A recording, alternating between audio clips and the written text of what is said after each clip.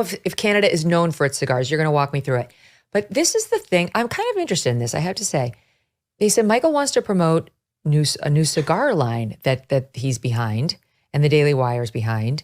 And I'm not into cigars, but reading like the write-up about how important they've been to you and what these supposedly taste like, I started to kind of get into it, my friend. And I want you to walk me through the joy of the cigar and what you're doing. I'm really honored, Megan, that you would do that and maybe even consider having a cigar. This is my cigar, Mayflower Cigars. I wish I could tell people to go buy it right now at mayflowercigars.com. We sold out of a 4-month supply in something like 9 hours or something. It was certainly within 24 hours. It completely took off. And you mentioned that I had this little about section on the website that was uncharacteristically heartfelt for a product coming from the Daily Wire. But cigars have been very important to me. I started having cigars when I was 15, which is actually old for Italian people. You know, I was a little aged at that point.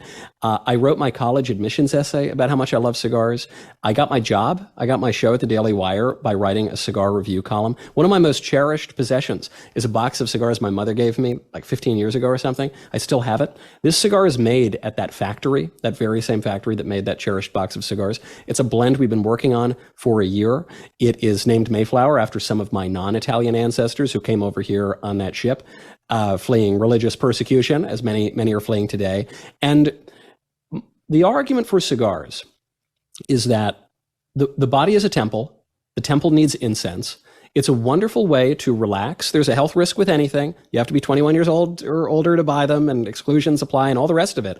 But I find that it's a way, especially for men, to relax a little bit, to be introspective, to have a conversation with one another. It's a luxury that is accessible. You can get an extraordinarily high quality cigar for like $12. The same cannot be said of scotches or wines or anything like that. So it's also the first product that we've ever released from the Daily Wire that wasn't just punching somebody in the face. You know, when we release like a Jeremy's razor razors. company. Yes, Jeremy's razors, Jeremy's chocolates, which I have Love somewhere those. around my studio too. This cigar, we didn't know if it was going to work because, while I may lack expertise and hard skills in basically any area whatsoever, I do know a fair bit about cigars. We have 2 blends here, the Mayflower Dusk and the Mayflower Dawn. And but the rapid success, I mean, this might be the most successful consumer product we've ever put out. To me, what it says is that what people long for in our culture is an excellent quality product from people they trust to know what they're talking about the product at a competitive price. And if you had said that people would be longing for that 20 years ago, people would look at you like you had 3 heads. What are you talking about? That's just the free market. But today we have companies, first of all, that hate us, who sell us products. And we've taken over this ethos of just shipping everything overseas, making everything as cheaply as possible, not taking a moment to smell the roses or smell the Mayflowers, just constantly hustling and bustling and getting the cheapest good further and further away. The little personal connection to me is really meaningful because it's a company that I'd been thinking of for 15 years. And the fact that now, as the libs want everybody to smoke the devil's lettuce and the sin spinach, that people are going to sit back with a nice traditional cigar and relax, I think is just delightful. There's so much in there. Wait, but let's just be clear before we gloss over it. They're on back order, but if people want to try this, how do they do it exactly?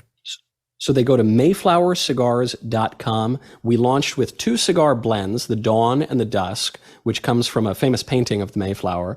And there are different sizes in each, smaller ones, bigger ones. They are all sold out right now. What I would recommend is, if you want to try the cigar, we are working very hard to get these cigars restocked. We've got a new shipment coming up from Nicaragua, which produces probably the best cigars in the world today.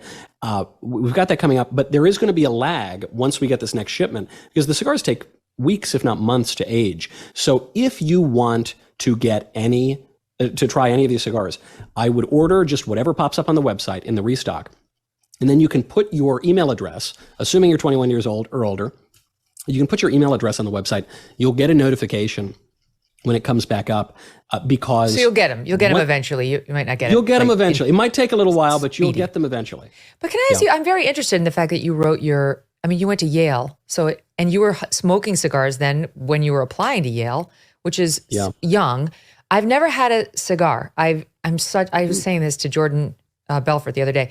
I'm such a goody two shoes. I've never smoked a cigarette. I've never tried a drug. I've never had a cigar. I do drink, so that's something. But I got that. But what does it? It gives you like a high? The way you're describing the way you feel when you smoke a cigar? Could you expand on it? It doesn't give you a high because you don't inhale it or you'll hack up a lung. You get a little touch of nicotine here and there. Some cigars are stronger than others, but it's something that seems like a vice. I actually cigar. But what does it? It gives you like a high?